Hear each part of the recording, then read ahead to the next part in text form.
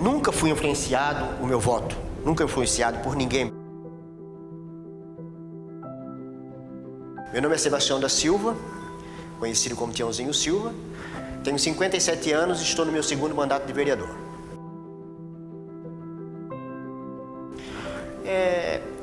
Em 97, eu fui então presidente da Associação de Moradores do bairro Ilhota.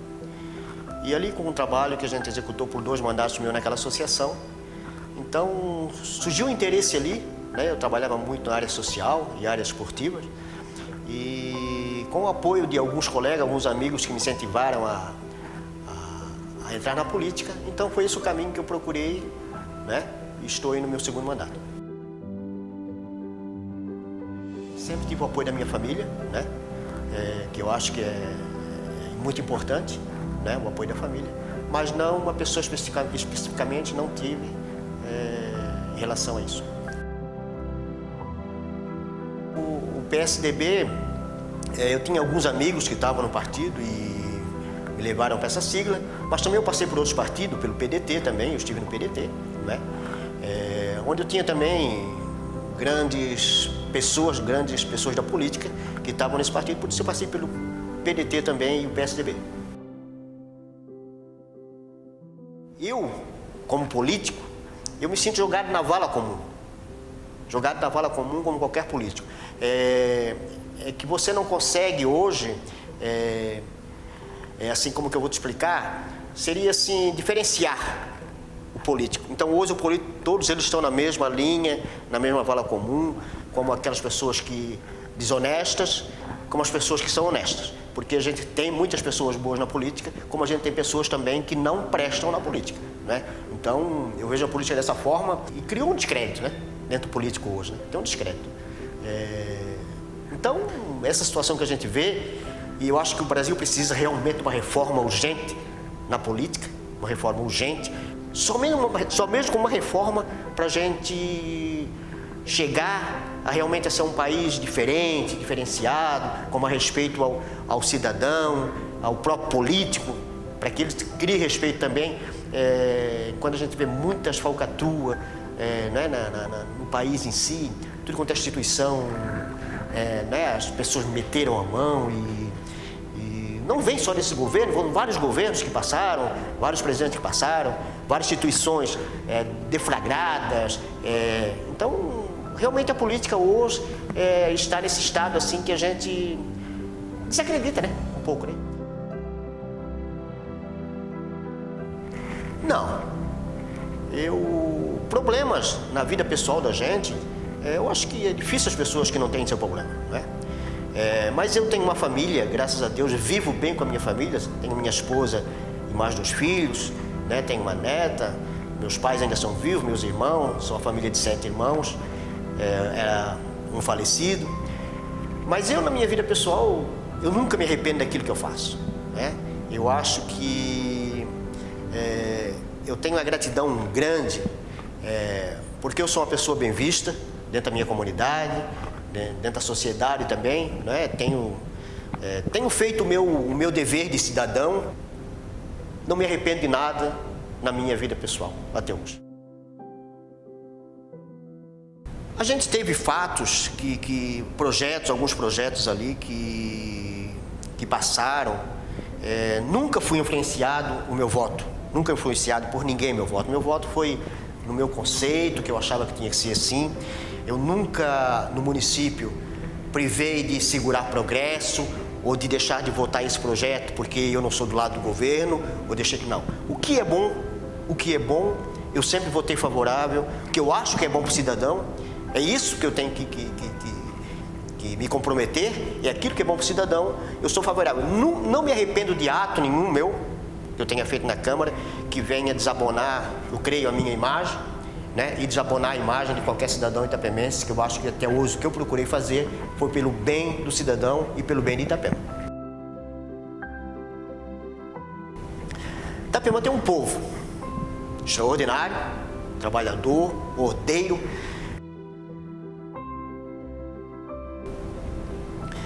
Eu digo assim, em relação... A gente tem muitos problemas em Itapema em relação à questão do saneamento básico, né? Essas questões assim de altas temporadas, a gente tem esses problemas com esgoto, com água, a própria mobilidade urbana, né? Que é isso que a gente está debatendo ainda na Câmara sobre isso. Então, são problemas que a gente está vendo que está acontecendo que não poderiam. Itapema hoje, em pleno século XXI, a gente está sofrendo com isso ainda. Eu vejo assim Itapema, por crescimento mesmo da cidade, assim, é aquilo que eu falei para você. Itapema foi uma cidade criada, uma cidade assim que ela parou um pouco. Ela parou, estagnou, parou um pouco, estacionou, ficou muito tempo assim parada, e hoje Itapema cresce muito desordenadamente em relação à questão dos imóveis, né? Os prédios, são muita construção lá a gente tem em Itapema assim. Esse crescimento a gente tem, né? A gente tem esse crescimento assim, mas a gente não tem o crescimento nessa questão que eu falo da mobilidade, a gente não tem o crescimento nessa questão que eu vou voltar a falar sobre a questão do saneamento básico, né? Eu não tenho assim aquele momento especial. Todo dia para mim é um dia que a gente vive a cada dia, e todo dia são especial para a gente sabe disso. Claro que aconteceu fatos, né, dos meus filhos, né, nascimento dos meus filhos, tal, nosso casamento, meu casamento.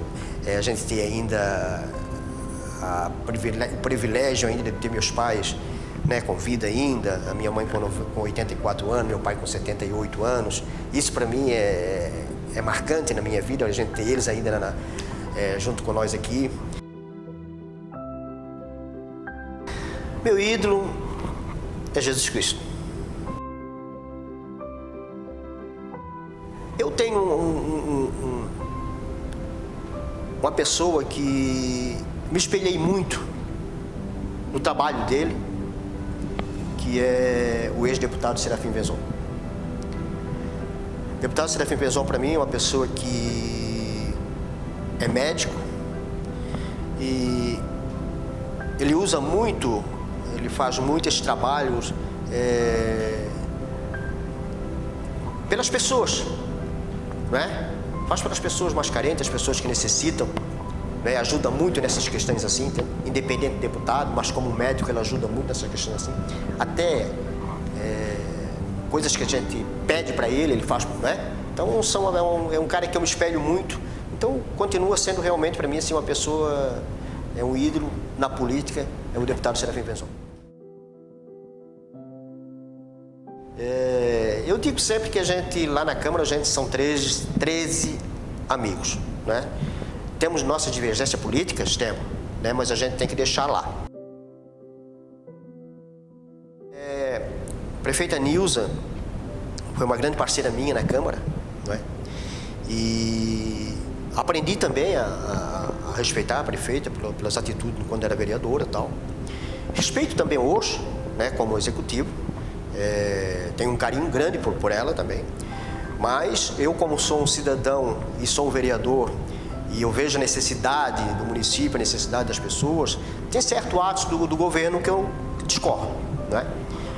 Mas tenho um carinho enorme por ela, né? É aquilo que a gente fala, enquanto ela é gestora ali, né, tem certas coisas que eu discordo, mas fora disso aí, respeito ela, gosto muito dela, tenho um carinho enorme pela prefeita. Eu sempre procurei fazer projetos que fosse baseado mais em questões de ajudar as pessoas mais, o cidadão mais carente. Eu tenho um programa que chama-se Farmácia Solidária, que é até isso que eu cobro da prefeita, porque a prefeita sancionou esse projeto. Isso era para estar funcionando hoje. Farmácia Solidária são medicamentos que a gente recebe, tanto faz medicamentos vencidos, como medicamentos que estão em uso ainda, e se coloca em um local e dali é distribuído para aquelas pessoas que realmente chegam lá com uma receita que não tem condição de comprar.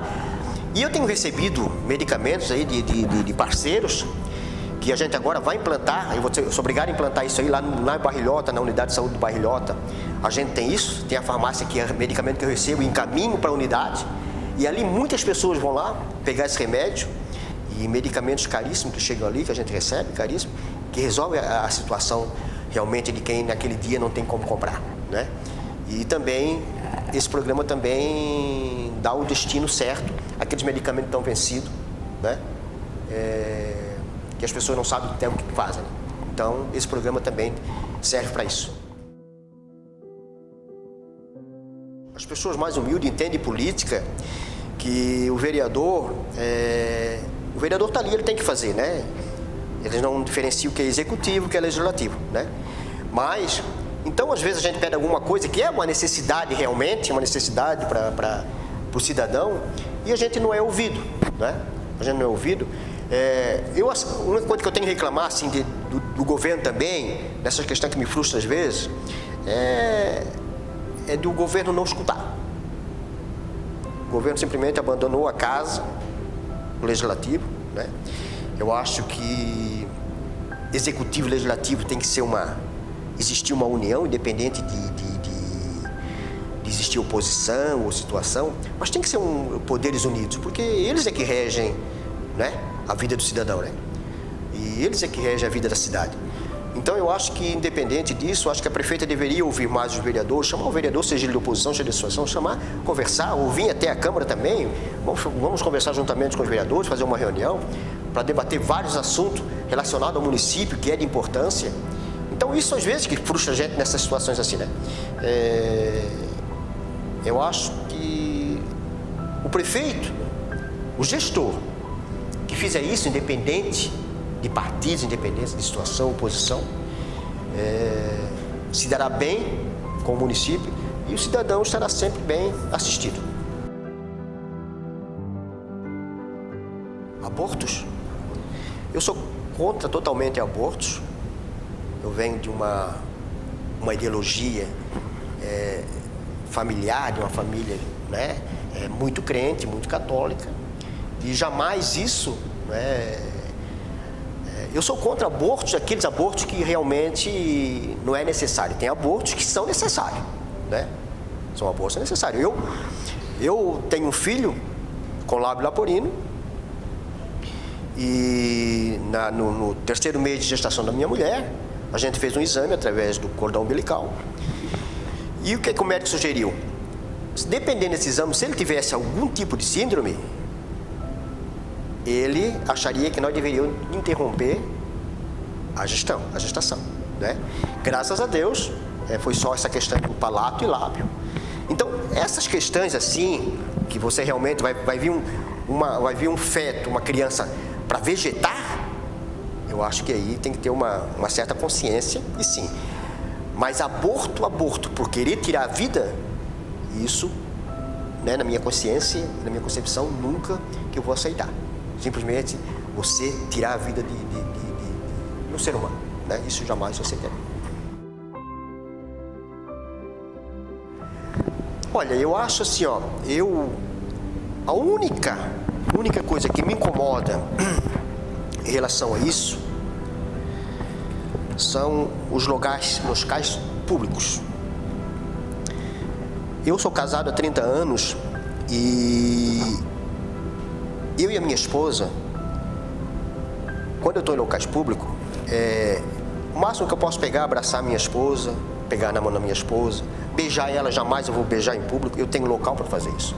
Eu tenho um neto e neta, e uma neta, e eu não gostaria que ela me perguntasse para mim, quando eu estivesse em um local, vô, por que aqueles dois homens estão se beijando? Para mim eu não seria como responder para ela o porquê disso, né? Então, por isso que eu acho que essas questões, esse relacionamento tem que se manter dentro lá do seu quarto, da sua casa, né? Mas na rua vamos se respeitar. É isso que eu tenho. Contra totalmente. Eu tenho animais, tenho cachorros, e eu já fui lavrador, meu pai é lavrador, e nós tinha os boi que andavam no carro, as vacas, os bezerros que davam leite para sustentar os meus irmãos. E eu tinha carinho por eles, tinha carinho por os animais, né? E o animal, quando você faz carinho nele, ele sabe que você está fazendo carinho nele. E a coisa que mais me deixa triste é você correr atrás de um animal. O animal não sabe o que faz. como a gente vê que farra do boi, animal de se jogar de costão abaixo, de mar abaixo, desesperado. Isso realmente me deixa triste, ainda ter pessoas com pensamento de fazer isso, me deixa triste mesmo. Eu tenho 2 cachorros, e quando eu chego eles já pulam na porta do meu carro, porque eu lhe dou carinho. O animal é assim, o animal que você carinha, ele conhece, ele sabe, né? Então, e você correr atrás de um animal, para um animal se voltar contra você, e eu tenho relatos, quantos relatos que a gente tem de mortes, né? Eu tenho um sobrinho casado com uma sobrinha minha lá, que tem um irmão que, aqui no município mesmo, Itapema, numa farra de boi aí, o boi pegou e matou o irmão dele lá com 14, 15 anos aqui, em Itapema. Então, nunca que eu serei a favor a esse tipo de brutalidade com o animal. Nunca que eu serei a favor. Eu não vou abrir mão da minha família. Pessoal, não vou abrir mão da minha família. Minha família é meu alicerce, é a minha alegria, né? Temos problemas, quem não tem problemas familiares, temos sim. Hoje assim, a gente está vivendo uma situação no mundo que vários problemas em questão de drogas, em questão disso. Não que eu tenha na minha família isso, graças a Deus, ainda não tenho. Isso eu sempre agradeço a Deus por ter filhos meus. Os meus filhos são realmente, têm uma educação e as pessoas me falam isso na rua. Seus filhos são bem educados, seus filhos são isso, são aquilo. Isso me engrandece. Então, o que eu tenho de mais valia na minha vida realmente é a minha família, né? Minha família é o meu alicerce, minha estabilidade, né? Então, isso para mim é grandíssimo, é sem preço. De fazer o bem. Isso eu nunca vou abrir mão. De fazer o bem às pessoas, de procurar. As pessoas me procuram muito hoje. A minha casa é muito visitada por as pessoas que vão buscar não assistencialismo, mas alguma coisa que a gente possa ajudar eles em relação, principalmente aquilo que eu vou voltar a falar em relação à saúde. Eu não abro a mão disso. Isso talvez não seja nem o papel meu de vereador. Meu papel como vereador é criar leis, é fiscalizar, mas eu tenho esse compromisso com o meu eleitor, com o meu cidadão, de sempre assistir eles. Eu vou ouvir a ansiedade deles. Talvez eu não possa resolver tudo o que eles me pedem, mas eu jamais vou dizer um não sem eu tentar ao meu eleitor e ao cidadão itapemense. Então, pelo menos isso eu vou tentar fazer e tentar ajudar da forma que eu puder. Itapema falta muito ainda, né? Assim, né? Itapema falta muito. Aquilo que a gente já conversou, essas questões dos esgotos na nossa praia, que a gente não, né? Mas Itapema é bela. Eu acho que não falta muita coisa para Itapema. Qual o meu maior sonho?